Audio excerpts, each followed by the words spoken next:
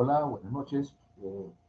Vamos a continuar con la segunda parte del capítulo 9. Voy a compartir pantalla, por favor.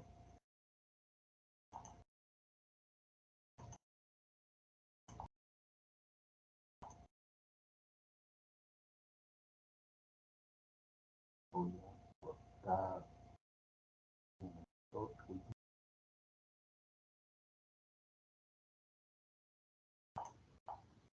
Ya. Nos habíamos quedado... Perdón, ¿dónde está el puntero?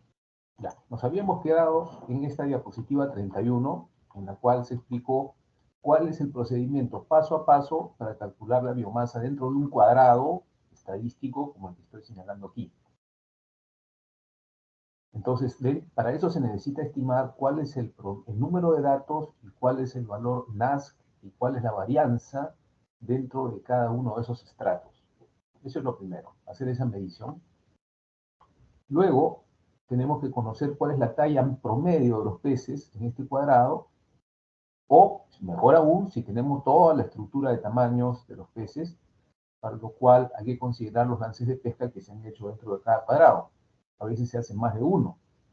Para eso se usa el método de Smirnov-Kolmogorov para saber si debemos subdividir el cálculo o usar todo el estrato a la vez. Pero en fin, vamos a suponer que es un solo cálculo, una sola talla media, ¿no? Y entonces el siguiente paso es medir TS, con esta ecuación que están viendo, ¿no?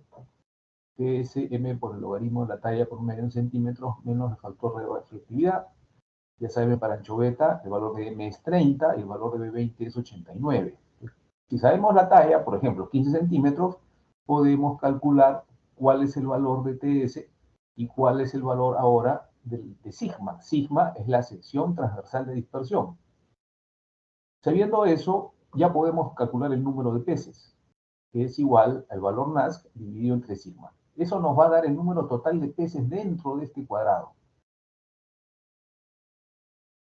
Ahora calculamos el peso promedio y la biomasa, es decir, el peso promedio, ya saben ustedes, es un coeficiente A que multiplica la talla L elevado a la B entre 10 a la 6, lo cual nos da el peso de un pez en toneladas. Entonces, la ecuación final de biomasa sería número de peces por área del estrato por el peso individual de los peces en toneladas. Ese es el procedimiento para el cálculo de biomasa. En el caso de la anchoveta, los valores A y B son más o menos A igual a 0.00068 y B igual a 3.8776. Similar procedimiento se usa en el caso de áreas isoparalitorales.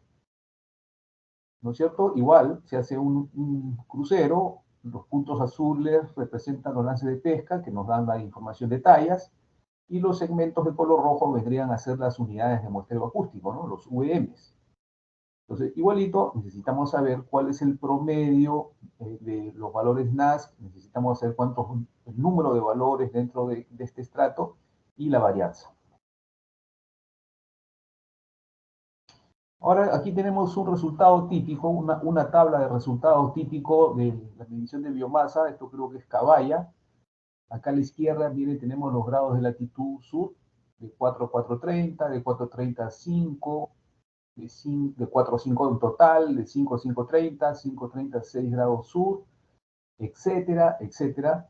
Y acá tenemos los valores de biomasa por distancia a la costa, de 0 a 10 millas, de 10 a 20, de 20 a 30 millas, 30 a 40, etcétera. Y aquí están los valores de áreas isoparalitorales, ¿no? Valores de biomasa, miren. Aquí tenemos hasta 70 millas de la costa, se encontraron 30.000 toneladas. Y acá están los totales, ¿no? Abajo están los totales. En este caso, la biomasa observada de Cabaya es de 971.000 toneladas.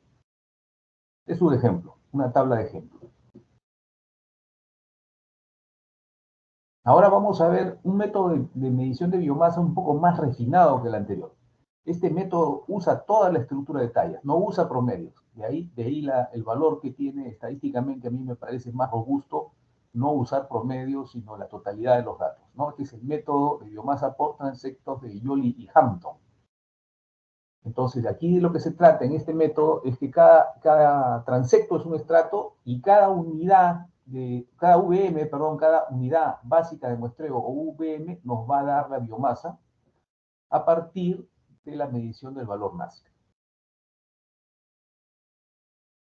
Entonces vamos a tener que cada B sub I es la biomasa de cada VM. Vamos a ver cómo es eso en detalle. Ahí tenemos tres transectos, por ejemplo. Ya, estos tres transectos.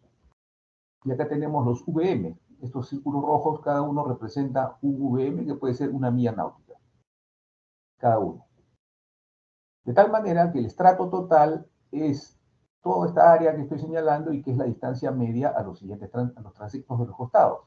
Todo esto vendría a ser el área. Esa área está subdividida, por supuesto, por cada VM, como estoy señalando acá. Entonces, el estrato total es lo que está en color celeste y el estrato de cada VM es una parte proporcional dependiendo del número de unidades de muestreos. Vamos a suponer, si hay 10, bueno, esta área la dividimos entre 10 y tenemos el área para cada uno de estos VMs. Entonces, ya sabiendo el área de cada VM, A sub I, ya podemos avanzar al siguiente procedimiento, considerando que la biomasa observada o biomasa total B del transecto es la suma de las biomasas B sub I. Ahora es necesario calcular el CFI, Conversion Factor o factor de conversión individual para cada uno de estos VMs. Entonces, matemáticamente es así. CFI es igual, o sea, el factor de conversión I en cada intervalo es igual al área de cada intervalo por el peso del pez en cada intervalo dividido entre sigma de cada intervalo. Sigma viene del cálculo de TS, ¿se acuerdan? Y del TS necesitamos la talla promedio o todas las tallas si las tuviéramos. Entonces, la biomasa en cada intervalo no es otra cosa que la multiplicación del NASC de cada intervalo, NASC sub I, por el CFI de cada intervalo. Ahora, si nosotros tenemos todo el estimado de tallas, toda la estructura de tallas, podemos hacer una proporción, multiplicar esta ecuación por una proporción F sub J, ¿no? Que es la frecuencia relativa de las tallas que tenemos consideradas para este cálculo. De tal manera que la ecuación se transforma de esta manera. La biomasa en cada intervalo es igual al NASC en cada intervalo o el factor de conversión en cada intervalo y su correspondiente porcentaje de tamaños según la estructura de peces, y todo esto obviamente está en toneladas.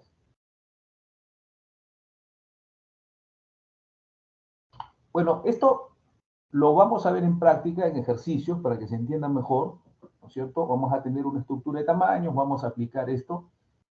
Es un método equivalente al anterior, más completo por el hecho de que no usa promedios, usa todos los datos, todos los valores NASC, todos los datos de tallas los usa, no usa promedios, y eso es bueno estadísticamente hablando. Ahora, acá hay un comentario al final, dice, se sabe que el TS no necesariamente tiene relación con el cuadrado de la talla, pero es mejor calcular la talla media ponderándola por el cuadrado. Bueno, esto en el caso de la anchoveta no aplica, pues en el caso de la anchoveta ya sabemos que el TS no es el cuadrado, sino el cubo, ¿no? El cubo de la talla. Entonces esto no tiene mucha relevancia en este caso, este es un comentario más bien de carácter general, ¿ya? Porque para muchas especies se sigue usando el cuadrado de la talla, y no el cubo, como el caso específico de la anchoveta. Lo vamos a ver en práctica, ¿ya? Esto lo vamos a ver en práctica.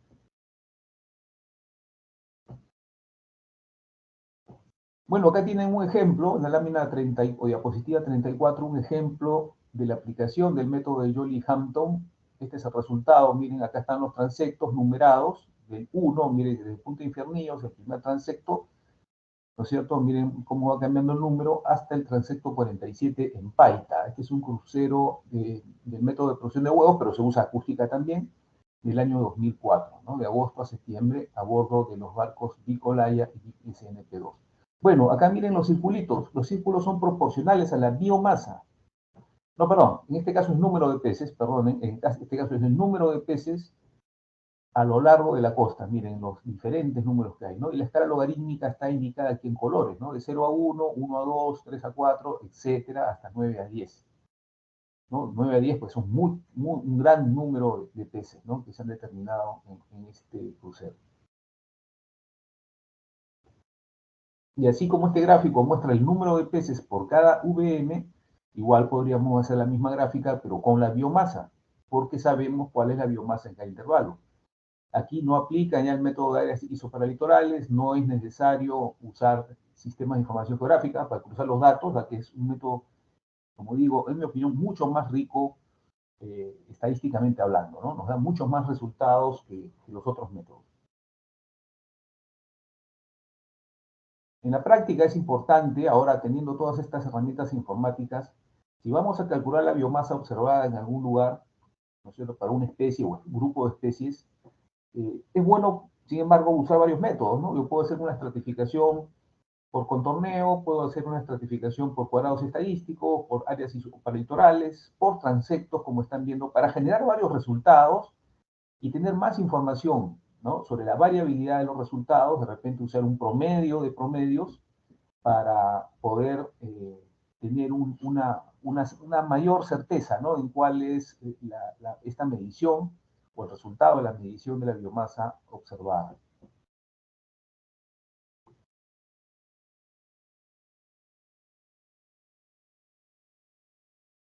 Ahora vamos a continuar y ver cómo es el cálculo del factor de conversión, un poco más de detalle, ¿no? El cálculo de CF, factor de conversión.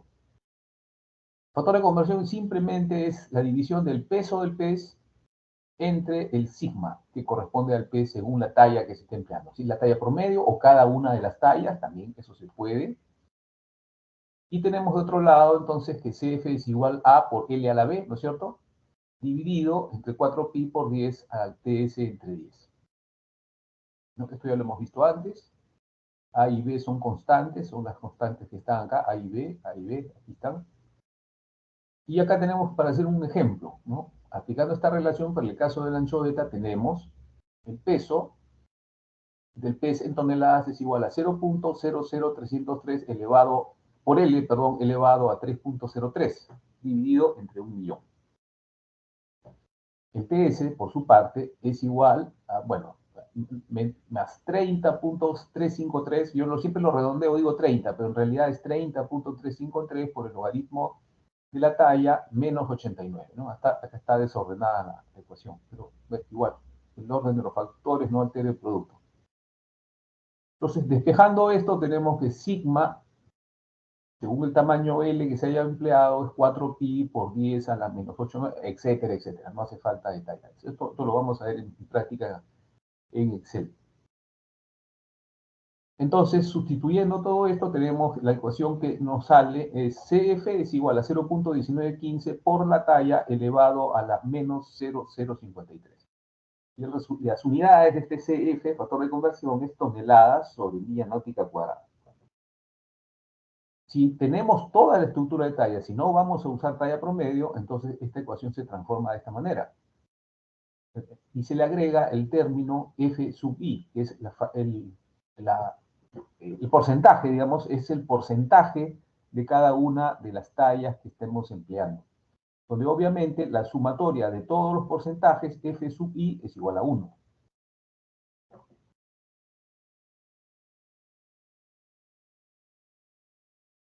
Hay que tener unas consideraciones para el cálculo de biomasa o biomasa observada. Hay otra derivación, otra forma de calcular la biomasa o biomasa observada usando el TS kilo. Si nosotros no tenemos el dato del peso en centímetros, pero tenemos el peso en gramos o kilogramos, podemos usar este siguiente procedimiento, ¿no? El TS kilos es igual al TS, que conocemos, menos 10 veces el logaritmo del peso en gramos.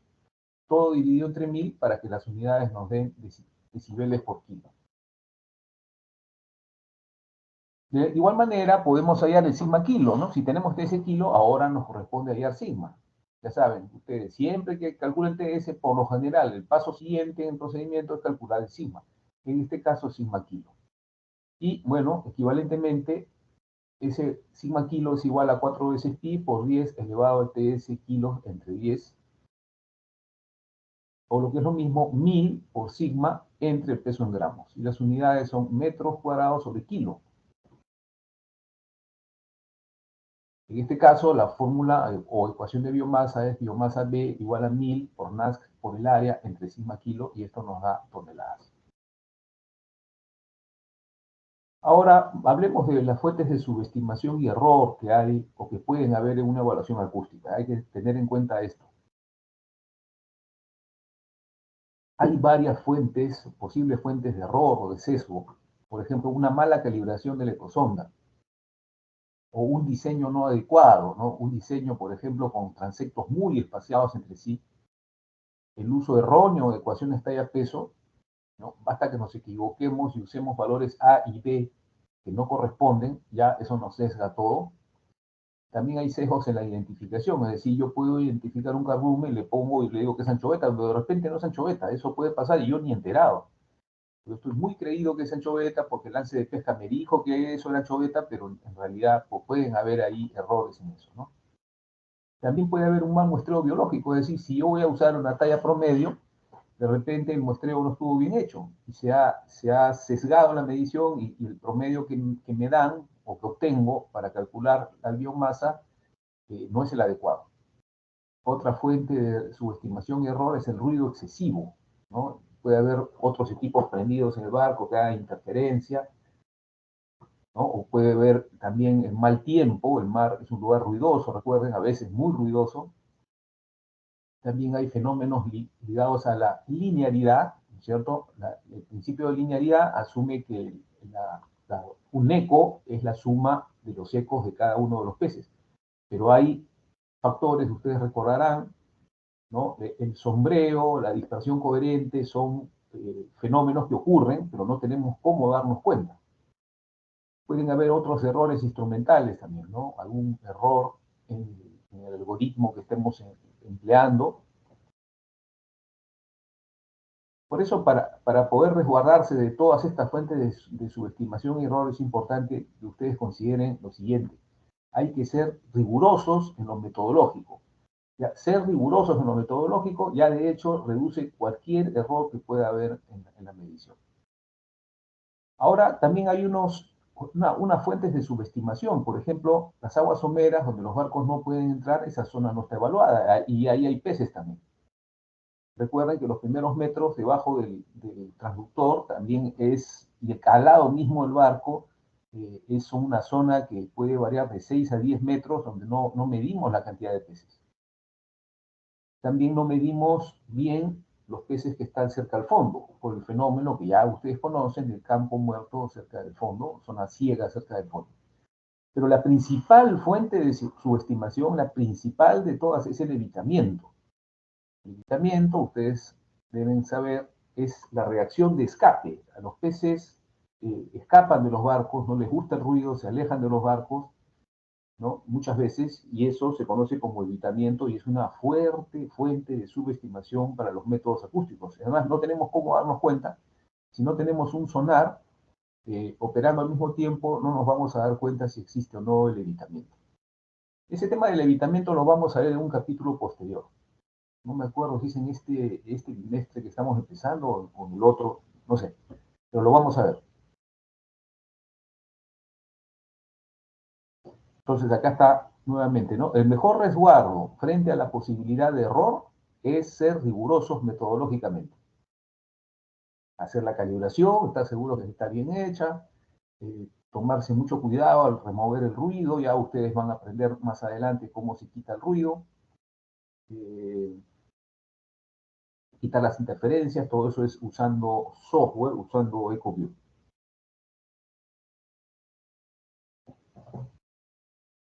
Vamos a pasar ahora a la siguiente.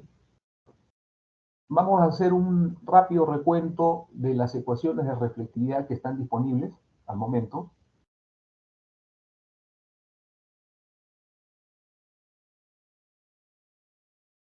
En esta figura tenemos las ecuaciones, no las ecuaciones, las gráficas de la relación entre las tallas y el TS considerando en el eje X la talla, miren, de 0 centímetros hasta 44 centímetros. En el eje vertical tenemos los valores de TS, ¿no? De menos 30 decibeles a menos 75 decibeles. Vamos a ver la primera vez. Hay unas cruces acá, ¿no? Acá, pero no... Ah, merluzas, miren, acá está merluzas. Las merluzas tienen un TS bien alto, miren. Una merluza de 26 centímetros aproximadamente tiene un TS de menos 40 decibeles. Y las más grandes, las de 38, tienen un TS de menos 35 decibeles, que es un valor alto. Luego viene Jurel. Jurel también tiene un TS alto, aquí lo estamos viendo. Y así sucesivamente, ¿no? La caballa, anchoveta, ¿dónde está la anchoveta? Está por acá. La anchoveta, imagínense, una anchoveta de 20 centímetros tiene un TS de menos 50 decibeles. Y una anchoveta de 6 centímetros tiene un TS aproximado de menos 67 decibeles. Y por aquí más abajito está la vicinguerria, que es un pez mucho más pequeño, ¿no es cierto? Una vicinguerria de 7 centímetros tiene un TS de menos 65 decibeles y una de 4 tiene menos 70 decibeles. Aquí tenemos a la pota. Una pota de 24 centímetros tiene un TS más o menos de menos 62 y una pota de 12 centímetros, son potas más bien chicas, ¿no? Es de menos 65 decibeles. Ah, perdón, eso era 38 kHz. ¿Ya? Lo mismo, no lo voy a explicar en detalle, está aquí en 120 kHz. ¿Ya? Para cada una de estas especies, ahí están más o menos sus valores de reflectividad. Acá los más chiquitos, los valores krill, imagínense, krill de 4 centímetros de cefalotórax, tiene un TS de menos 100 decibeles, y el más chiquito de 2, menos 110. Y la múnida también va por ahí, miren, la múnida también va por ahí, con un TS muy bajo.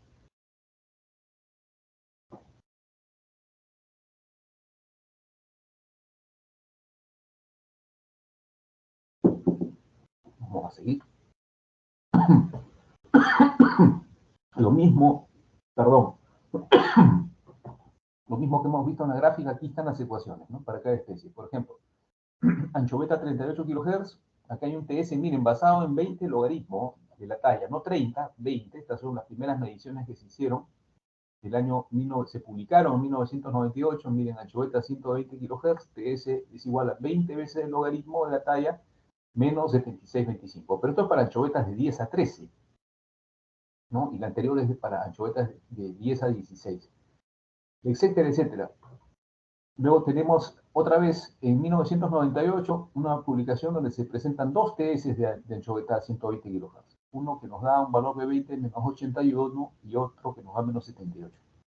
Entonces, acá hay otras dos ecuaciones, otra vez de anchoveta. Entonces, todas estas ecuaciones fueron puestas juntas y eso nos permitió descubrir con una sola correlación el TS de anchoveta en realidad es 30. 30 por el logaritmo de la talla menos 89.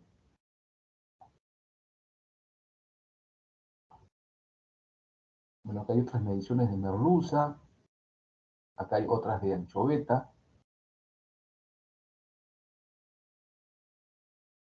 acá está en la Antártida, para el krill, y acá hay otras mediciones más, ¿no? De anchoveta, de vicinguerra, de merluza, de pota, por acá está pota. Estos son estudios hechos en los finales de los 90, comienzos de los 2000, y en ese tiempo la pota que abundaba más era la pota pequeña. Había potas grandes, por supuesto, pero también había pota pequeña, y es curioso que ahora casi todas las potas que se encuentran son grandes. En algún lugar han de estar los juveniles. Bueno, que hay otras mediciones de múnida, de, ¿qué es esto? Anchoveta, otra vez, a 38 kHz. Y otra, este es con el logaritmo natural, miren, no siempre es con el logaritmo decimal. Si queremos, podemos usar el logaritmo natural, o sea, el logaritmo de base E.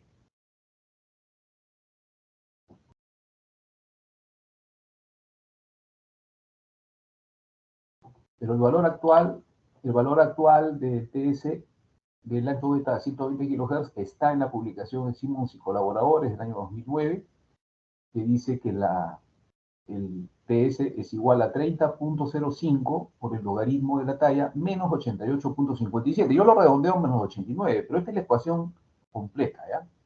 Esta es la ecuación completa. No tiene gran diferencia con esta, que es la que yo uso, ¿no? 30 por el logaritmo de talla menos 89, pero bueno, rigor metodológico, aquí tenemos un ejemplo, tendríamos que usar esta ecuación. ¿Ya? Para ejercicios yo lo estoy redondeando, para las clases de redondeo, pues no es mucho lío, pero la ecuación exacta está aquí, ¿ya? Es esta de acá. Aquí está en la diapositiva 42. Y esta es la ecuación que se usa en el protocolo de estimación de cuota y biomasa de cuota del IMARPE, ¿no? Esta ecuación es. Bueno, acá hay unas gráficas complementarias, ¿no?, que nos muestra cuál es el valor de TS, la diferencia del TS en varias especies a 38 kHz. La merluza pues tiene un TS bajo, ¿no?, fuerte, ¿no? Del otro extremo está la Bisinguerria, que tiene un TS en alrededor de menos 70. Y abajo está lo mismo, pero para 120 kHz.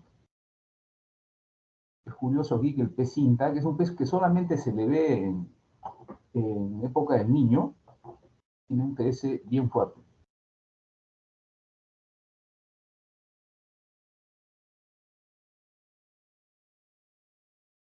Y aquí está, pues, obviamente las tallas están en barras, y acá en línea, ¿no?, en la línea está la talla.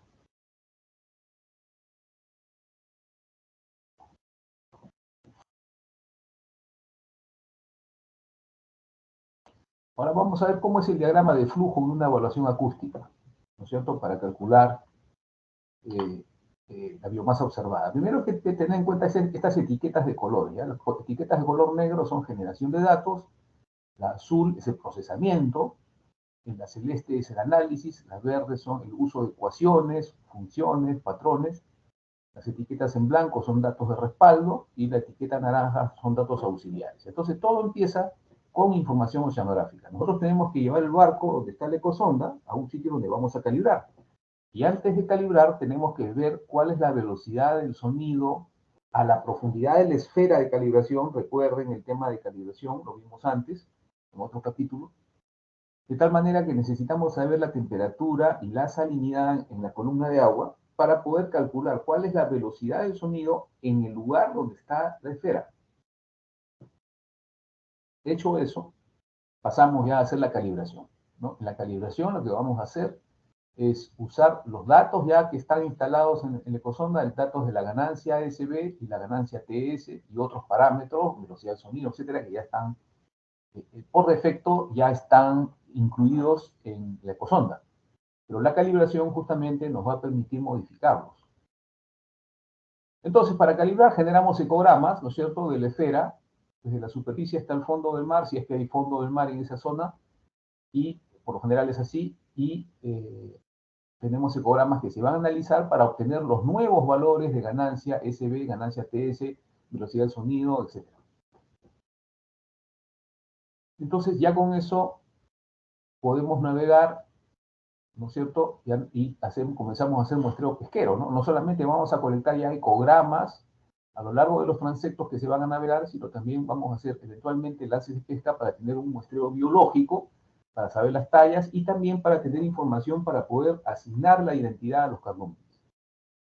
Con eso ya podemos hallar el valor NASC total, georreferenciado, ¿no es cierto?, no solo con el número de VM, sino latitud, longitud, fecha, hora, distancia de la costa, profundidad, etc. Cada medición NASC va a tener esa referencia. Luego, entonces, a través del muestreo biométrico, obtenemos la talla, el peso de las capturas, es decir, desarrollamos información auxiliar y ahí es donde empleamos las ecuaciones de TS talla, perdón, que acá el color de etiqueta no debería ser rojo, debería ser verde, no sé qué ha pasado. Y entonces toda esta información se usa, incluyendo información histórica e información de depredadores superiores, para hallar el valor NASC por especies. Para cada VM tenemos que saber cuál es el valor NASC para cada especie que esté siendo evaluada. Como saben, no solamente se evalúa la anchoveta, Mucha gente dice, oye, el IMARPE hace esos cruceros solo para la anchoveta. No es cierto, se hace para todos los recursos pelágicos que se pueden estudiar con métodos acústicos. Son alrededor de 16 especies. Entonces van a haber muchos NASC donde el valor va a ser 0 para muchas especies, pero en otras no.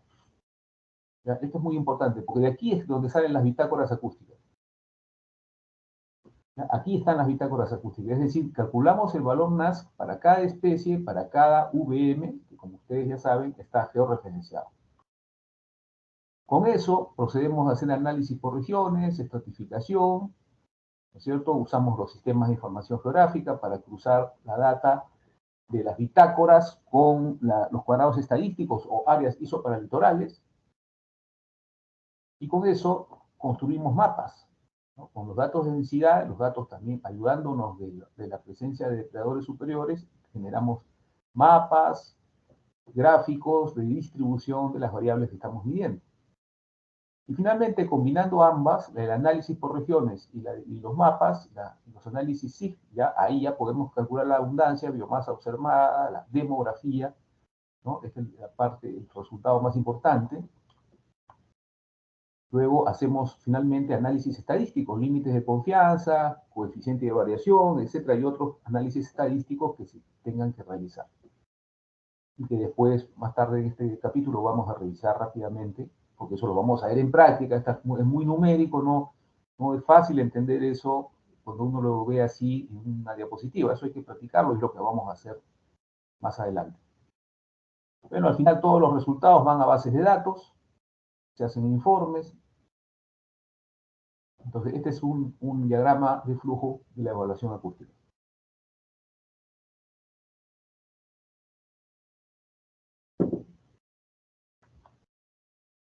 Pasando a otro tema, vamos a ver lo que son las operaciones Eureka. Las operaciones Eureka es hasta ahora, las operaciones Eureka se iniciaron en 1966. ¿Qué son? Bueno, es la prospección rápida que hacen un cierto número de barcos, por ejemplo, 20, 25, 30, 40 barcos al mismo tiempo, para cubrir dos transectos. En este ejemplo, cada barco cubre dos transectos de modo paralelo, y obviamente estos barcos llevan personal de IMARPE a bordo, ¿no? Personal entrenado en tomar información acústica, y eso permite rápidamente hacer mapas de distribución de las especies. Esto sí ha estado enfocado principalmente en anchoveta, pero eventualmente se le ha usado también para jurel, para caballa, para merluza. Entonces, estos son barcos de cerco la mayoría, ¿no? Entonces también pescan para muestreo biológico. ¿No? Y simultáneamente, es de lo bueno, simultáneamente, rápidamente se puede obtener información para determinar, por ejemplo, zonas de pesca o vedar, si corresponde, para calcular la abundancia o biomasa observada de la especie objetivo también. También se colecta información oceanográfica, se usa redes Jensen o redes de fitoplancton para colectar también muestras y saber cuál es la composición de las comunidades de plancton. Y bueno, y también se toma información acústica. Hoy en día, los barcos que participan en estas eurecas todos tienen ecosonda digital.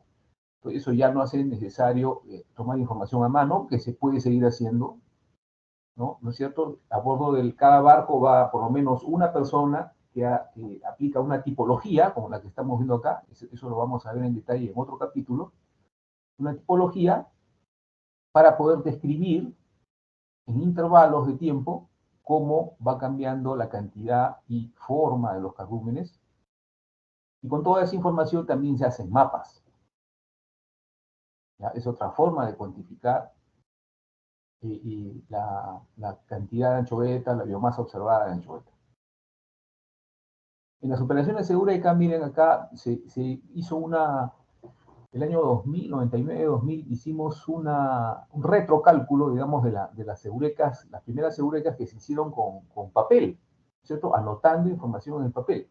Para eso hicimos unas regresiones lineales calculando cuál era la relación entre el área de distribución y la biomasa a partir de la información de cruceros IMARPE, que aquí están señalados, ¿no? Estos son, fíjense, en qué estación del año se hizo, en el otoño del 83, en un escenario cálido, era Vento el Niño, miren, acústicamente no se encontró, 0 biomasa. En la primavera del 83, cero biomasa. En el invierno del 84, cero biomasa. En el otoño 85 ya se encuentra biomasa, hubo una recuperación asombrosa de la anchoveta del 84 al 85. Esta biomasa cero es el producto del evento El Niño muy fuerte que hubo entre el 82 y 83. Bueno, y así sucesivamente, ¿no? Todos los cruceros, como ustedes verán, cruceros de Marte, cruceros acústicos con ecosonda científica hasta el invierno del año 2000. Eso permitió hacer correlaciones. Y acá tenemos la relación de operaciones Eureka, esas prospecciones rápidas. Miren, acá tenemos la Eureka número 1 hasta la Eureka 33. No, perdón, este es Eureka número 48.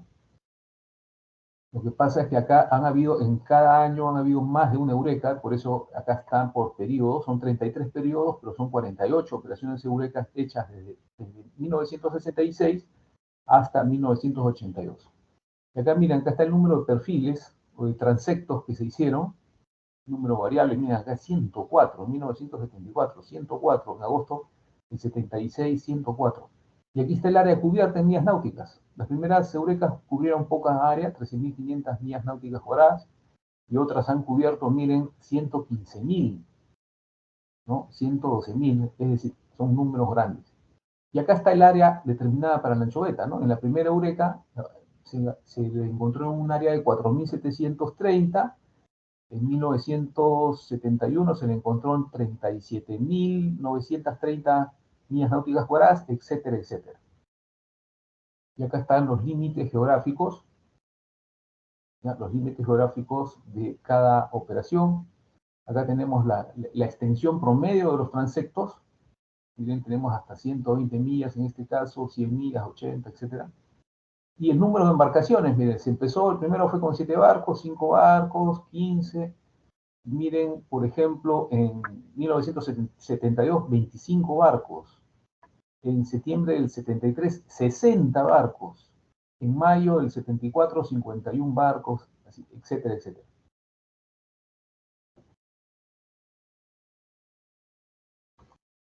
Y acá estaban los resultados típicos de una operación Eureka, ¿no?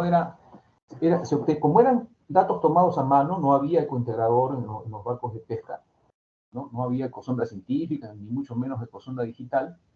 Entonces, lo que se hacía era usar una tipología de 0 a 4, ¿no? Donde 0 es nada y 4 es mucho. Como estoy señalando, el color guinda o rojo nos muestra una alta biomasa. Entonces, todo esto se ha graficado aquí por contorneo, ¿no? Y lo que se hizo fue aplicar las correlaciones entre área y biomasa para poder estimar cuál ha sido la biomasa en cada una de estas operaciones Eureka. Y aquí están las correlaciones. Acá tenemos, por ejemplo, para un verano normal, aquí tenemos una regresión lineal, acá está la ecuación. Para un periodo de otoño normal y acá para un periodo de invierno normal. Después tenemos también para periodos cálidos, o sea, tipo El Niño, años tipo El Niño, y para los periodos fríos. Entonces, aplicamos esto para cada una de las operaciones Eureka que se hicieron para poder obtener la biomasa que existió o habría existido desde 1966 a 1982. Y este es el resultado que nos dio. Tenemos la biomasa obtenida a través de las Eurekas, que aquí está en línea azul. ¿Ya? Aquí están los datos que nos dio, por ejemplo, en 1972 nos dio 12 millones de biomasa. Es el año en que la pesquería colapsó. Del 72 para el 73 se vino abajo, miren, cero, casi, cero capturas. Las capturas están en línea azul. Pero hicimos una corrección estadística a los datos para justamente, a través de un promedio móvil, para evitar, digamos, para estandarizar la medición, y entonces obtuvimos el resultado final, ese que está en rojo, ¿no? La biomasa corregida está aquí, y es la biomasa que se usa en las series de tiempo. Acá sí tenemos, miren, una biomasa de 10 millones en 1970, y la del 72, que nos dio 12 millones, bajó a 8. Y así sucesivamente a lo largo del tiempo.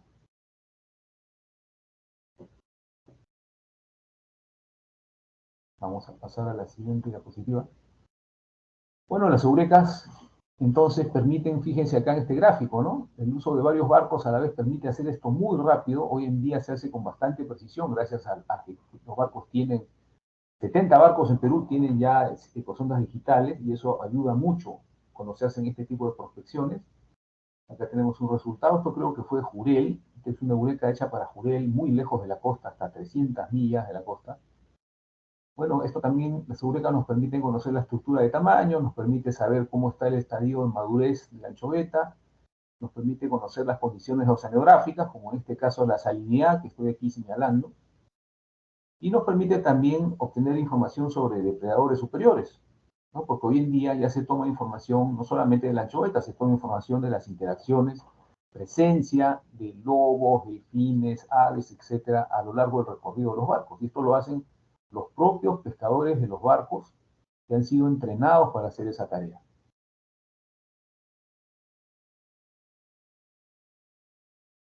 Ahora vamos a ver algo que en práctica lo vamos a hacer, porque acá solamente es la teoría.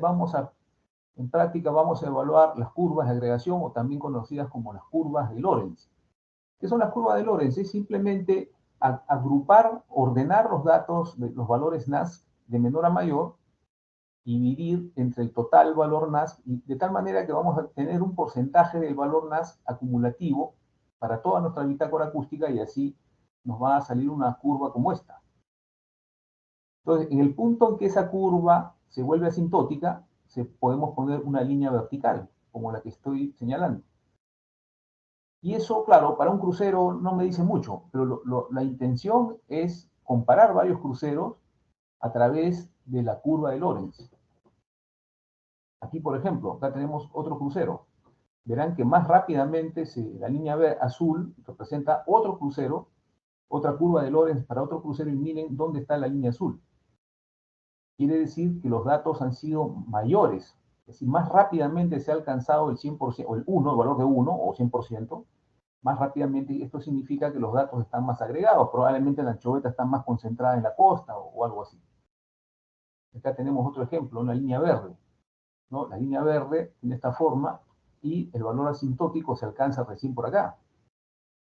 Esto significa que el área, probablemente el área de distribución de la anchoveta es mucho más grande y entonces los porcentajes acumulados de NAS recién han alcanzado el 100% en un valor alto, ¿no? del número de VMs, como estamos viendo acá. Entonces, este es un ejemplo, es una forma de comparar una distribución de anchoveta de un crucero con el siguiente. Estas líneas negras que estoy señalando son los umbrales, ¿no? El umbral en cada crucero. Podemos ver claramente que hay diferencia. Y esta línea naranja que está aquí no es otra cosa que una línea, es la curva, no, es la recta, pero es la recta que nos daría si todos los valores fueran iguales en todos los intervalos. Ya no nos saldría una curva, sino nos saldría una recta como esta. Es un valor testigo, ¿no? Es simplemente para comparar cuál es la distancia que hay entre la línea naranja y las curvas.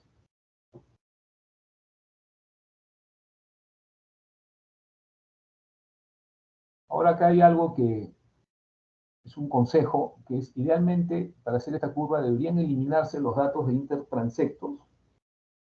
Lo correcto, en todo caso, es hacerlo con y sin intertransectos, los valores NAS, no usarlos de los intertransectos, y los usamos, podemos comparar, porque lo que pasa es que los intertransectos son todos valores que están a la misma distancia de la costa.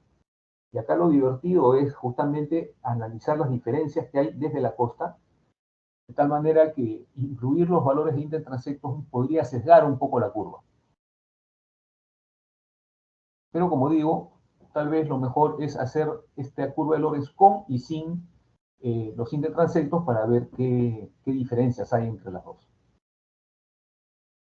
dos curvas resultantes, quiero decir. Bueno, este diapositiva 55 no tiene importancia. Lo que pasa es que acá hay en una misma bitácora acústica hay todas estas especies, mira, anchoveta, jurel, caballa, etc. Entonces, aquí están los valores por defecto, ¿no? No, este es un desastre. Es una gráfica que yo incluí solamente para demostrar, ¿no? El número de especies que se evalúan durante una prospección acústica.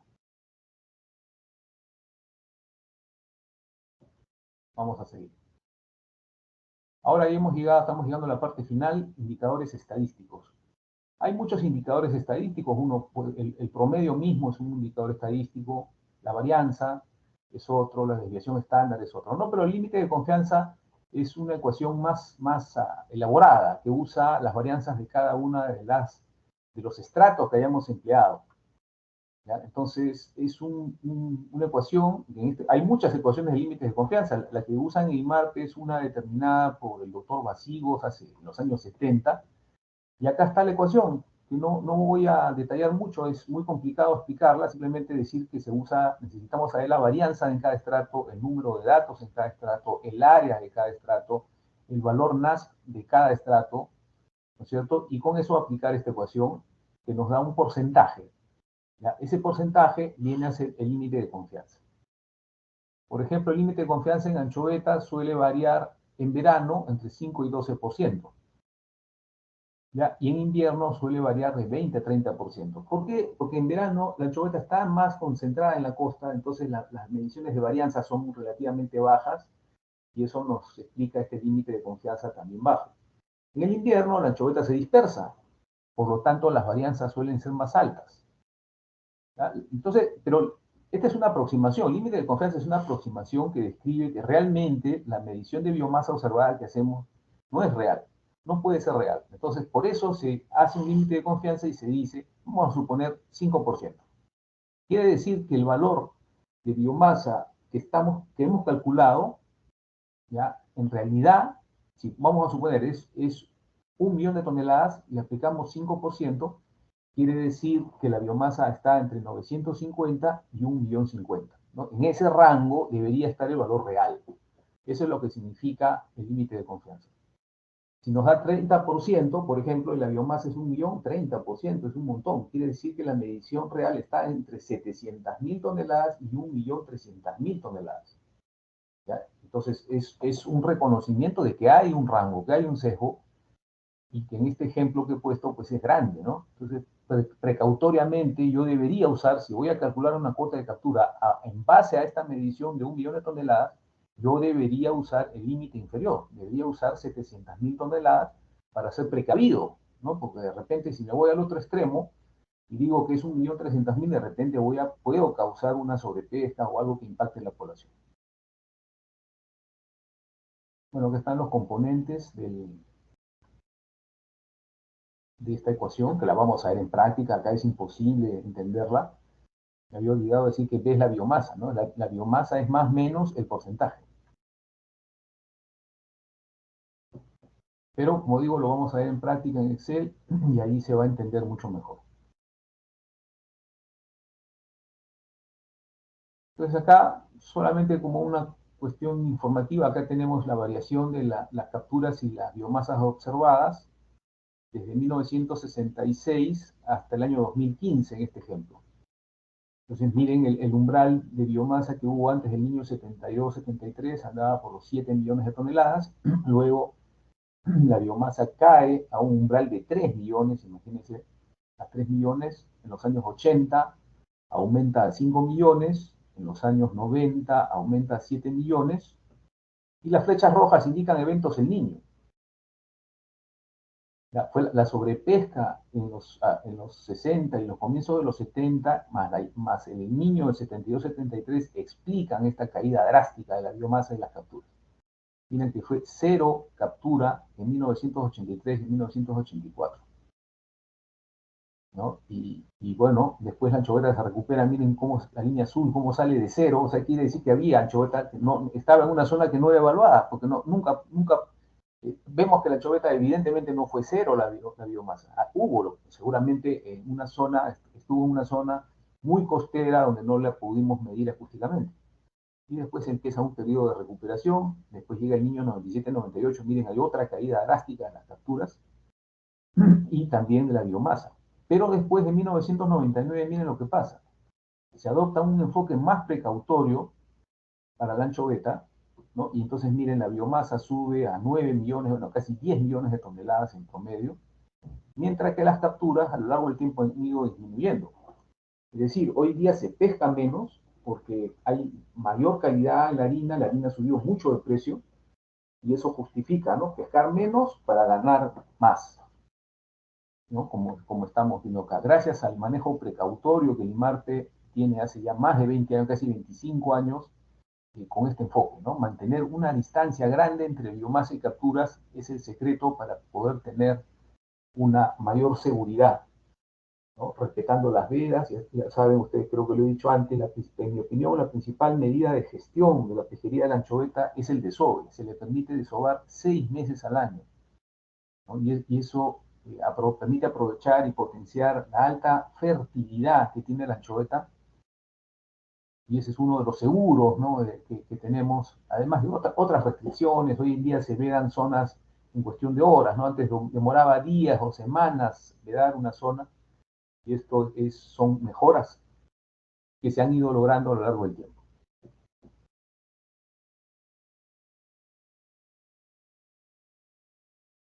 Ya, vamos a continuar. Acá vamos a ver otro diagrama. Este se llama un diagrama Hochmüller, que muestra la biomasa latitudinal. Miren, el eje X tiene los años de 1966 al 2015, y el eje vertical son los grados de latitud, ¿no? 3 es Tumbes, 5 es Paita, 7 es Chicama, 9 es Chimbote, 11 es Sucre, 13 es Tambo de Mora, etc. Está la costa peruana. Y los colores rojos que están viendo son altos valores de biomasa. Y los valores verdes o amarillos, colores verdes o amarillos o blancos son baja biomasa a lo largo del tiempo. Y miren, después del 72, 73, casi no hay valores en color rojo, porque la biomasa bajó mucho. Miren, color blanco, 83, 84. Y miren, a partir del 85, miren cómo se recupera, comienzan a aparecer colores rojos. Eso baja un poquito en 1997-98 por el niño, pero después de ese niño, miren hacia el lado derecho, todo es color rojo. Y esto es producto del buen manejo. Es producto del buen manejo, el manejo precautorio que se ha tenido en la pesquería en estos años. Entonces, esto hay que resaltar, lo que se ha logrado. El manejo ha ayudado a tener este alto nivel de biomasa, además de la naturaleza, ¿no? Generosa del mar peruano, la alta productividad primaria y secundaria del mar peruano. Pero los eventos en niños, miren, causan en algunos casos algunos disturbios, ¿no? Cambios en la distribución, como se está indicando acá en esta figura. Zonas donde había anchoveta, momentáneamente no la hay. No es una reducción de la biomasa, sino una redistribución de la biomasa. Y entonces tenemos que acá, a partir de los años 90, empieza un buen manejo, ¿no? Y de ninguna manera vamos a volver al manejo que hubo en los años 60 y 70, ¿no? Que provocaron el colapso de la pesquería de la anchoveta, ¿no? Fue un drama social, ¿no? Hubieron muchos trabajadores embarcados y personal de planta despedidos porque no había anchoveta, no había para pescar, y entonces fue un drama social para el país. Ahora, ¿cuánto va a durar este periodo de alta productividad de biomasa? Bueno, ojalá dure mucho, pero sabemos que algún día va a terminar. ¿Cuándo? No estamos seguros. De momento, la comunidad científica dice que, o sostiene, hay más o menos un consenso que hacia el 2040 ya deberían notarse cambios. El mar peruano, a pesar de que los océanos del mundo se están calentando, el mar peruano permanece todavía frío, inclusive con tendencia a enfriarse. Pero lo que sí sabemos es que niños sí van a haber, de todas maneras, ¿no? Los niños algunos niños son malos, ¿no? Que provocan una mortandad grande, como en 1972, 1982, 1997. Vimos las playas del Perú. Bueno, ustedes no habían nacido, pero las playas del país llenas de cadáveres de delfines, de lobos, de aves, muertos por hambre. O sea, un evento del niño de cierta intensidad es malo para el ecosistema, pero contra eso no podemos hacer nada. Pero en general se considera que no hay dos eventos en niño iguales, ¿no? Cada uno tiene características diferentes y genera efectos diferentes. Bueno, entonces no sabemos lo que va a pasar en el futuro, pero mientras tengamos este manejo precautorio, yo creo que igual siempre anchoveta va a haber. O sea, no es que no vaya a haber anchoveta, siempre va a haber. Lo que pasa es que no va a haber en la cantidad que ahora tenemos, ¿no? Tenemos, como han visto ustedes, un umbral de más o menos 10 millones de toneladas, y eso es un umbral alto. En el futuro bajará a 8, a 6, pero es algo que va a ocurrir paulatinamente. No va a ocurrir de golpe, va a ocurrir paulatinamente. Entre tanto, las pesquerías pesquerías, tanto industrial como artesanal, tienen que ir diversificándose hacia otras especies. Y sobre todo hay que tener en cuenta las lecciones aprendidas, ¿no? Los porrazos que nos dimos en 1972-73 y en 1982-83 no han vuelto a ocurrir, ¿no? Antes había un niño y se seguía pescando como si nada. Eso no se hizo en el 97-98, hubo una veda de 8 meses, es decir, se dejó a la anchoveta tranquila que desove para poder recuperar la población al año siguiente, y eso se logró. Y eso se logró gracias al manejo, por supuesto, gracias a la naturaleza, por supuesto, pero también gracias al manejo.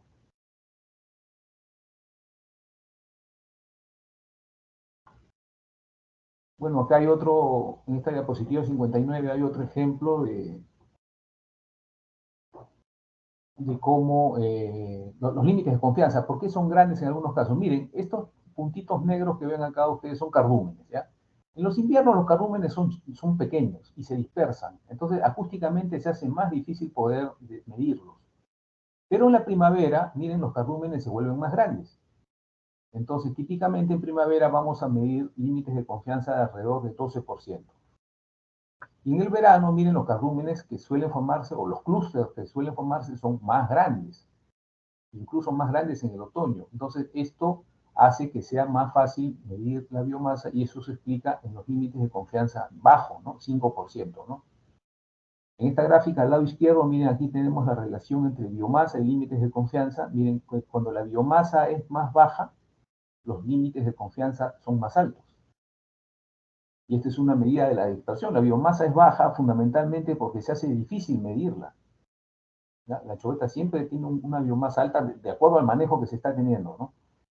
Pero típicamente con los cruceros de invierno han dado biomasas bien bajas, porque la anchoveta está muy dispersa.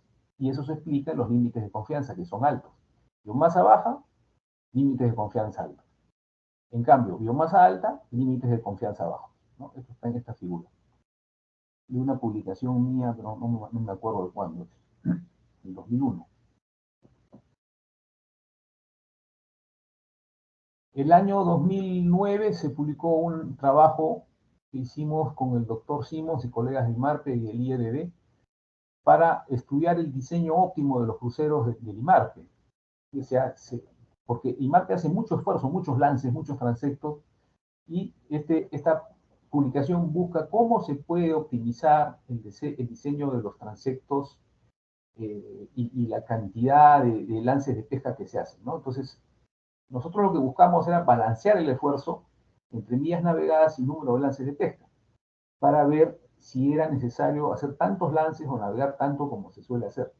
Bueno, y se encontró algunas cosas interesantes, ¿no? Por ejemplo, que en el sur, los transectos en la zona sur, donde hay menos biomasa de anchoveta, usando una mayor separación entre los transectos, se puede tener el mismo resultado. Es decir, se puede reducir el esfuerzo y el número de lances de pesca en el sur, porque el resultado no varía. Si se aumenta digamos, y Marte usaba 10, no, perdón, usaba 15 millas de separación entre transectos, después se pasó a 10 millas, y este estudio permitió determinar que el resultado era lo mismo con 10 o con 14 o 15 millas. Entonces la recomendación era seguir con las 15 millas, no 10. Y ese esfuerzo sobrante, o sea, ese esfuerzo que se traduce en horas de navegación, en número de lances, se podría usar más bien en la zona norte, donde la biomasa es mayor y donde hacen falta más esfuerzo. Esas recomendaciones fueron hechas, no se modificó en realidad el diseño, se mantuvo el diseño con una separación de 10 millas, en atención a que no solamente se investiga la anchoveta, ¿no? Y bueno, en esta publicación también se usó un método de bootstrapping, que no es otra cosa que hacer simulaciones, es decir, si nosotros teníamos un crucero que tenía 100 transectos, le quitábamos la mitad, por ejemplo, y calculábamos, ¿no? Le quitábamos la cuarta parte y otra vez calculábamos, ¿no? La biomasa, quiero decir. De tal manera que lo hacíamos 1000 veces, ¿ya? 1000 simulaciones, y miren, acá están todos los resultados, en esta zona gris. Parece una zona gris, pero en realidad son líneas. Si se fijan bien, son líneas de color gris. Entonces acá tenemos el valor promedio que nos da, está en esta línea roja que estoy señalando, Y el valor clásico, digamos, determinista que usábamos, el método, digamos, convencional, que yo les he explicado en la parte anterior, la parte 1 de este capítulo 9, y hoy día también, el resultado determinista o clásico es el que está en color verde. Y como verán ustedes, no hay gran diferencia entre los dos. Sin embargo, es un método más, ¿no? Es un método más que debería seguir usándose y perfeccionándose. Esto implicaba, por supuesto, si nosotros retirábamos un transecto, había que calcular la varianza sin ese transecto, ¿no? O sin los transectos que se hacían, ¿no? Entonces, esto se corría, como digo, 1000 veces. El algoritmo lo corre 1000 veces solo, ¿no es cierto? Una y otra vez para generar estos resultados. La razón de hacer eso es que había que incorporar la aleatoriedad, o sea, hay algo aleatorio en la medición que nosotros no podemos controlar, ¿no es cierto? Nosotros no tenemos ninguna certeza de que cuando navegamos vamos a encontrar al mismo cardumen, o los mismos cardúmenes cada vez que pasamos por ahí, ¿no es cierto? Entonces, hay un factor de aleatoriedad que está incorporado en este método, pero el método también tiene sus problemas, ¿no? Este método, primero que nada, no considera que no solamente se estudian chovetas, se estudian otras especies, ¿no? Y que no se considera la precisión, no se considera el error que puede haber en la asignación de identidades, no considera los problemas que hay, en realidad, como el evitamiento, la zona ciega, las zonas someras, el efecto del clima, de las condiciones de masa, de la distribución, ¿no? Y la conclusión es que el método tal como está no podemos usarlo sin los otros métodos que hemos visto, ¿cierto? El método clásico, por así decirlo, que yo les he explicado, y hay métodos alternativos, ¿no? Como el de TS Kilos y Jolly Hampton, ¿no? Son otros métodos alternativos. Lo correcto es seguir explorando y mejorando este método de bootstrapping.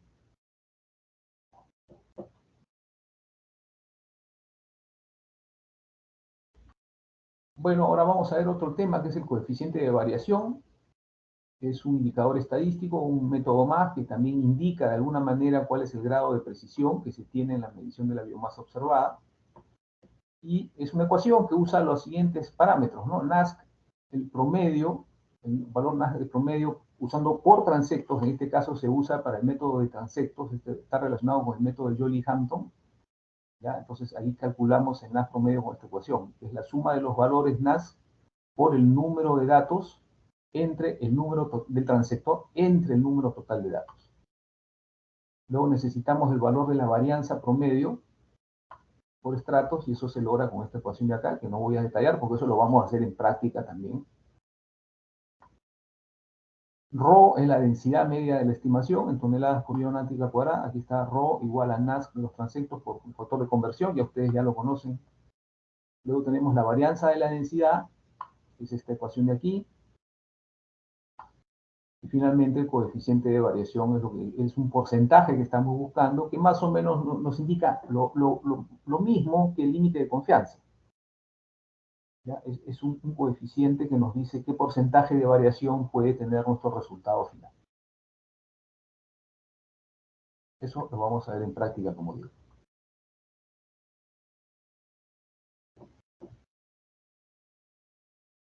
Ahora, otra de las cosas que se suelen hacer en paralelo cuando se hacen mediciones de biomasa es tratar de correlacionar, ¿sí?, nuestros resultados, por ejemplo, los valores NASC que vamos obteniendo según distancia de la costa, y los podemos relacionar, por ejemplo, con la temperatura del mar, o con la salinidad, o con el oxígeno, para intentar a ver si hay correlaciones.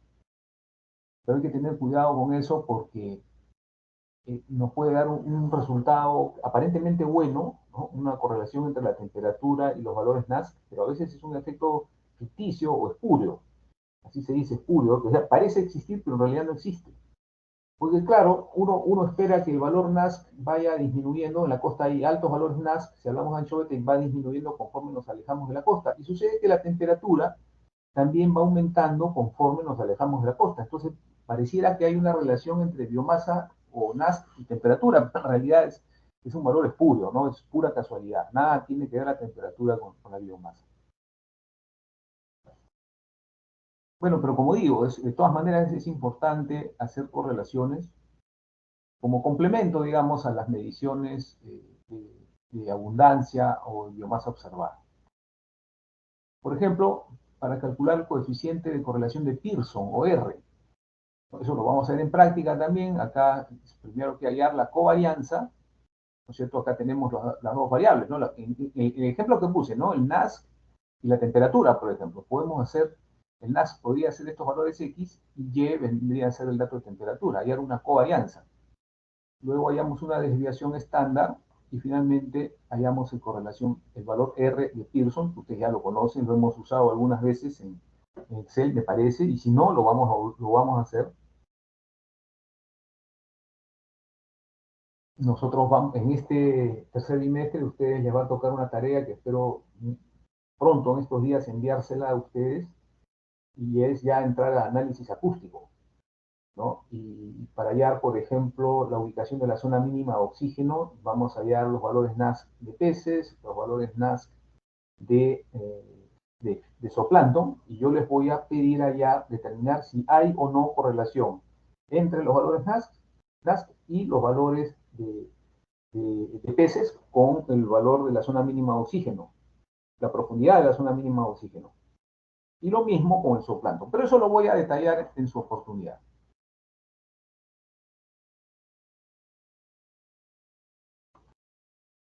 Acá, por ejemplo, tenemos un ejemplo de correlación entre el peso y la talla, ¿no? Hoy en día sabemos, por supuesto, que esa correlación existe, en los peces existe. Es conveniente que la sepamos para poder obtener el peso de un pez sin tener que pesarlo, sino solamente midiendo la talla, que es mucho más fácil de hacer.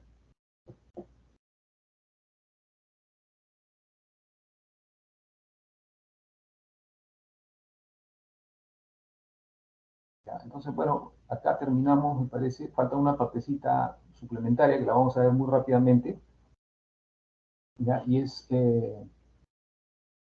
tener cuidado con las correlaciones espurias, ¿no? A veces hallamos valores de correlación, pero hay que un poco hacer análisis, ¿no? El ejemplo que puse, ¿no? Valores NASC versus temperatura. ¿Qué relación puede haber? Yo creo que ninguna, o muy poco. Entonces, si nosotros hacemos esa correlación y nos sale un R igual a 1, no nos alegremos, ¿sabes? Porque ese R igual a 1 probablemente es una casualidad. En cambio, sí tiene sentido correlacionar el valor NASC del zooplancton, correlacionarlo con la zona mínima de oxígeno. Y vamos a ver, y esa es la pregunta que ustedes tienen que contestar para su tarea encargada del bimestre 3, es, ¿hay correlación entre ambas? ¿Sí o no? Sabemos por teoría que donde la zona mínima de oxígeno es más profunda, ahí hay más zooplancton. Bueno, hay que demostrarlo. Y para eso vamos a usar esta correlación de Pearson. Pero, como digo, ese detalle del trabajo encargado lo voy a explicar después. ¿Ya? Les voy a pasar un correo detallando qué es lo que hay que hacer. A cada uno le va a llegar, les voy a entregar un Excel donde cada uno de ustedes va a poder bajar sus datos. Después de los exámenes, de la semana subsiguiente, creo que cae 2 de noviembre, vamos a tener una práctica en Surfer para repasar qué es lo que van a hacer, ¿ya? En Surfer en EcoView vamos a hacer esa parte. Vamos a ver ahora rápidamente como complemento a esto. Antes existían las operaciones MOPAS, que significa monitoreo oceanográfico pesquero en áreas seleccionadas. Igual se usaban los viajes de los barcos, viajes de pesca de los barcos que llevaban gente de IMARPE a bordo para poder tomar datos oceanográficos, datos acústicos, en en diferentes puntos de la costa, pero al mismo tiempo. Eso era muy importante, se ha dejado de hacer, no sé por qué, y es algo pero que ustedes tienen que conocer, ¿no? Porque es algo que se hace a bajo costo y normalmente se obtenía información muy útil, ¿no? Sobre el plancton, sobre los peces, sobre el desove, etc. Otra cosa que ustedes deben saber es que hoy en día los barcos de pesca participan ya rutinariamente junto con los barcos de IMARPE. Ellos tienen un convenio, la SNP tiene un convenio con el IMARPE, de tal manera que algunos barcos participan, ¿no? Barcos que han sido calibrados, que llevan personal de IMARPE a bordo, hicieron, por ejemplo, en este año 2000, ejemplo, el año 2015, miren esta navegación en paralelo a la costa de varios barcos, y permitió rápidamente hacer una evaluación de biomasa observada, como digo, siempre preciso. Cuando hablo de biomasa, estoy refiriéndome a biomasa observada. La biomasa total, la cantidad total, nunca estamos seguros de cuál es. Y acá tenemos unos ejemplos de programas conectados por los barcos. Y acá hay un ejemplo, ¿no? El crucero de agosto a octubre y Marte obtuvo una distribución de anchoete de 10.136 millas náuticas cuadradas. Y la exploración acústica conjunta, la EAC, hecha a finales de octubre del año 2015, obtuvo 14.850 millas náuticas para la anchoveta. Entonces, esto demuestra lo útil que es poder hacer estas prospecciones rápidas a bordo de barcos de pesca, a cero costo para el mar. Otra cosa que se hizo de modo novedoso es que en esa prospección acústica conjunta se estudió la profundidad del límite inferior de la oxiclina, o sea, la famosa zona mínima de oxígeno acá está representada en metros, ¿no? Los colores azules, miren, son profundidades de 10 a 20 metros. En otras zonas estuvo más profundo, en la zona de Paita estuvo en 90 metros, ¿no? Esto es sorprendente, esto lo se hace con sonido. Y al lado derecho tenemos los valores NASC de macrozooplancton, ¿no? Acá pues está incluido los organismos, todos los organismos del zooplancton. Hay un capítulo de acústica del zooplancton, pero eso todavía es en el cuarto bimestre. Ahí vamos avanzando, ¿verdad? Con eso. Pero estos son ejemplos.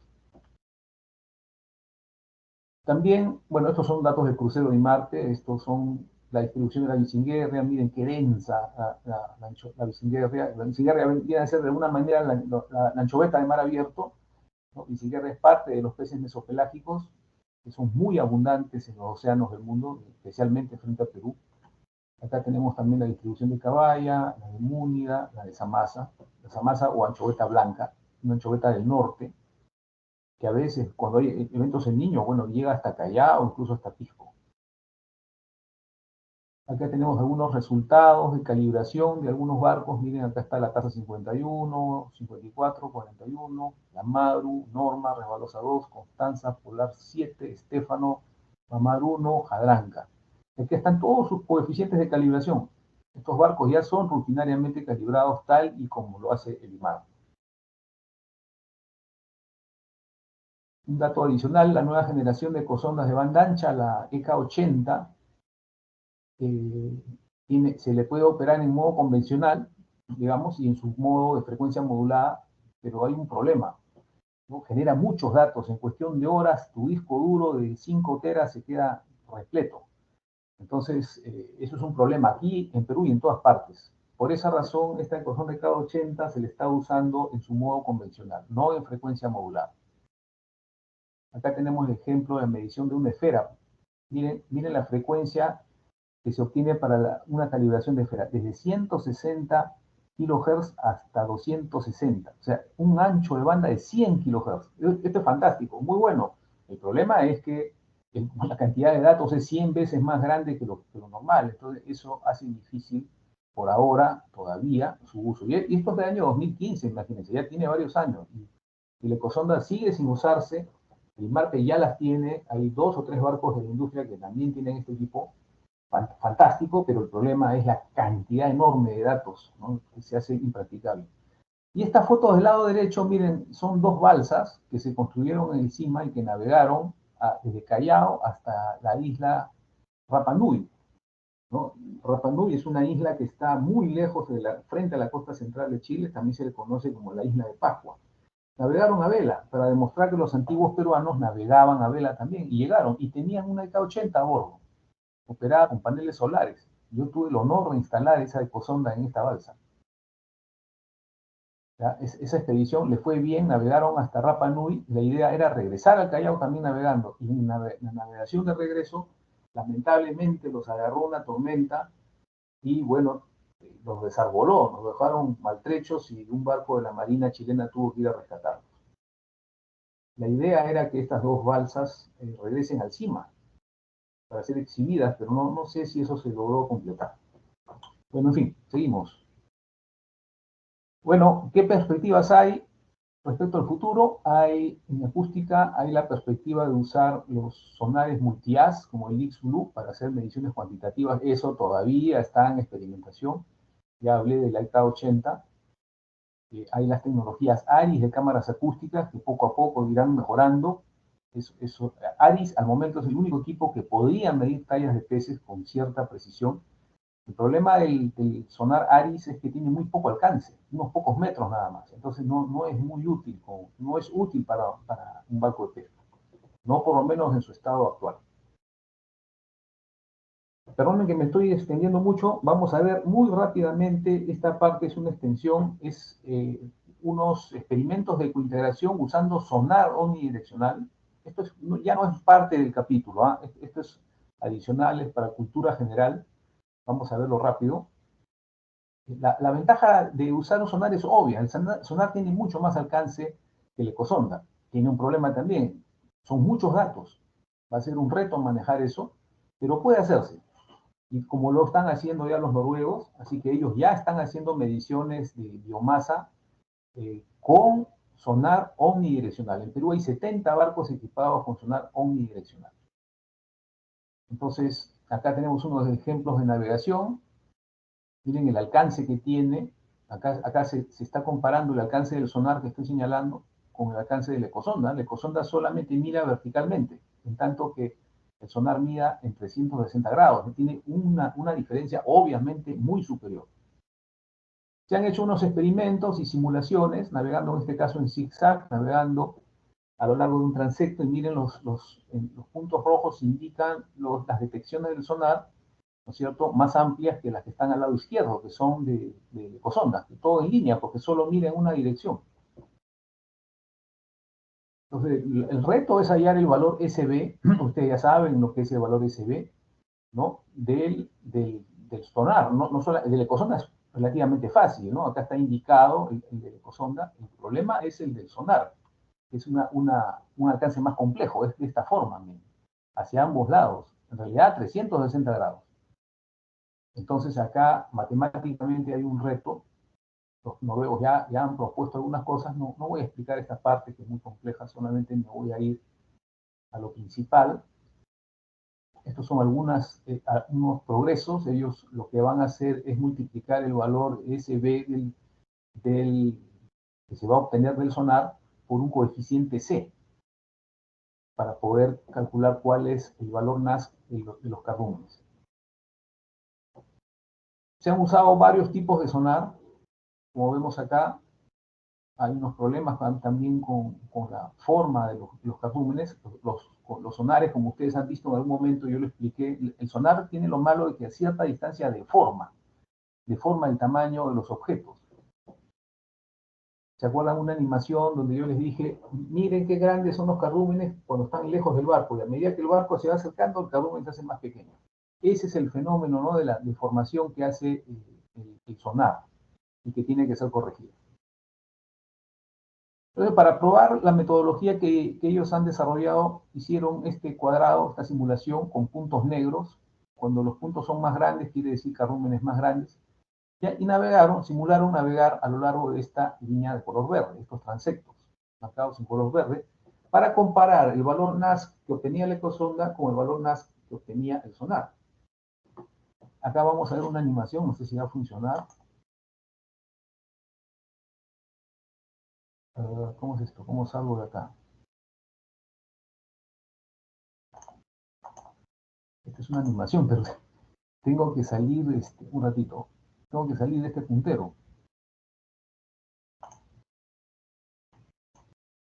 Ya, ahora sí. Miren acá, eso es un sonar. Así debería verse un sonar, porque el sonar tiene cierto número de haces. Y miren, fíjense otra vez, cuando el cardumen aparece en el borde de la imagen, normalmente es grande y se achica a medida que el barco se acerca. Entonces, definitivamente el método de usar sonar implica que el capitán del barco o patrón maniobre hacia el cardumen para poder tener una medición más precisa de él.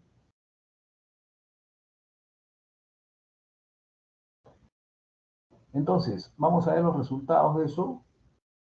Bueno, vamos a ver primero otra vez esta animación que es bien bonita.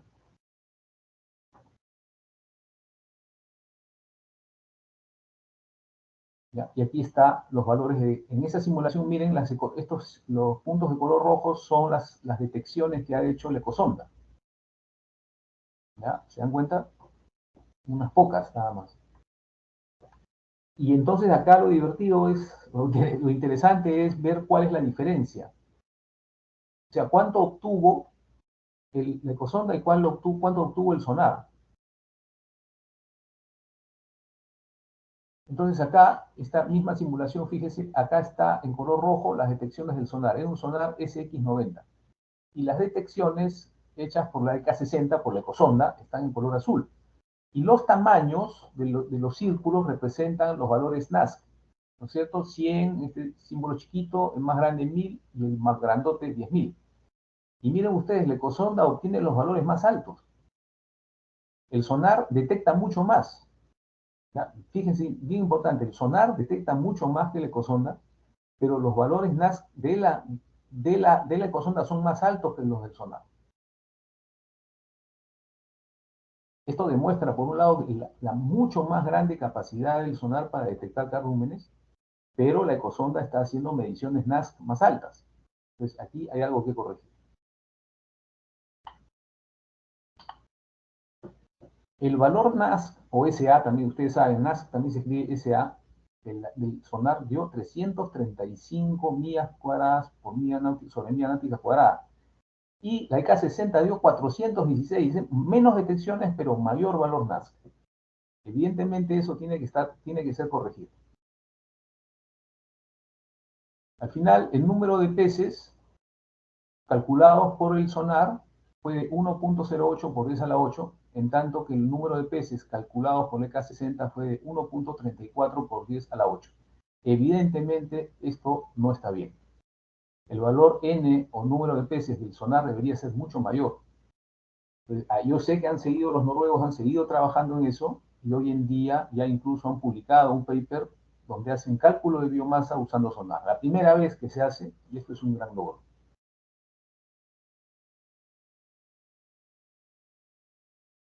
Entonces, ellos saben que hay problemas que hay que corregir. La diferencia es el TS, o sea, el TS medido con sonar es muy bajo.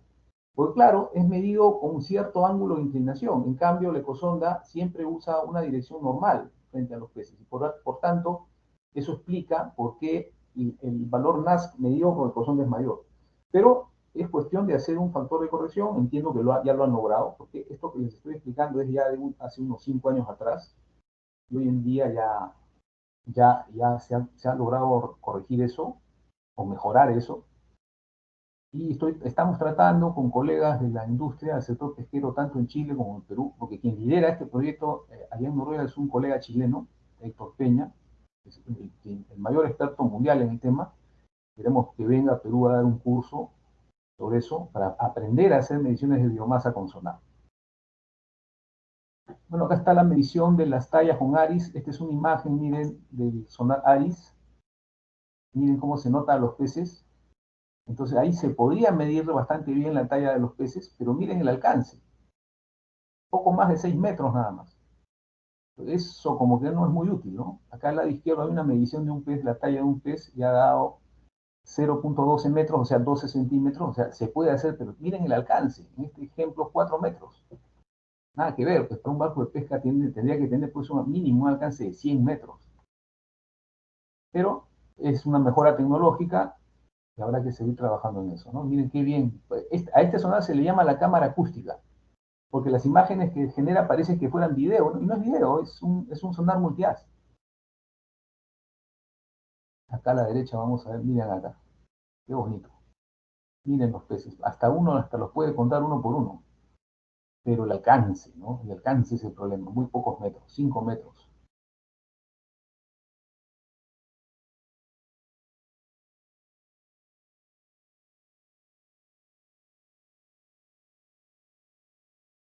No sé si hace el video.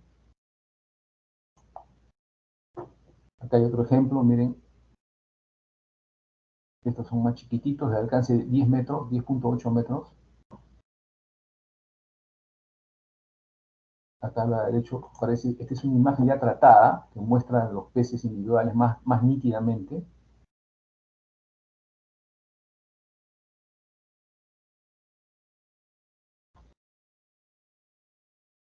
Acá hay un último.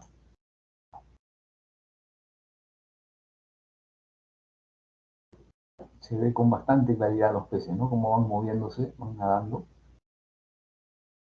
Los peces no pueden estar quietos, tienen que estar moviéndose todo el tiempo para poder respirar, porque ellos toman el aire que está disuelto entre las moléculas de agua. Entonces, si se quedan quietos en un sitio, acaban con el aire. Entonces, necesitan estar moviéndose. Bueno, y ahora sí, con esto ya terminó la clase de hoy. Perdón que me he pasado 20 minutos el tiempo que esperaba, pero bueno, está bien. Bueno, con esto hemos acabado el capítulo 9. Yo voy a seguir dejando, compartiendo con ustedes las clases grabadas, porque como saben, estoy fuera del país, voy a estar así viajando llegando y saliendo de Perú continuamente hasta mediados de diciembre, así que espero que de esta mezcla de clases sincrónicas y asincrónicas podamos seguir avanzando. Creo que sí podemos. Sus preguntas, consultas, ya saben, por WhatsApp o por correo, de preferencia por correo para llevar esto con más orden. Y bueno, también voy a estar enviándoles, en estos días, les voy a enviar materiales y cosas que vayan a ir necesitando. Mi idea es terminar toda la teoría de este trimestre 3 para después pasar a la práctica, ¿ya? Para poder compensar el tiempo que no puedo estar con ustedes de modo presencial. Bueno, que estén bien, hasta la próxima clase. Chao, chao, buenas noches.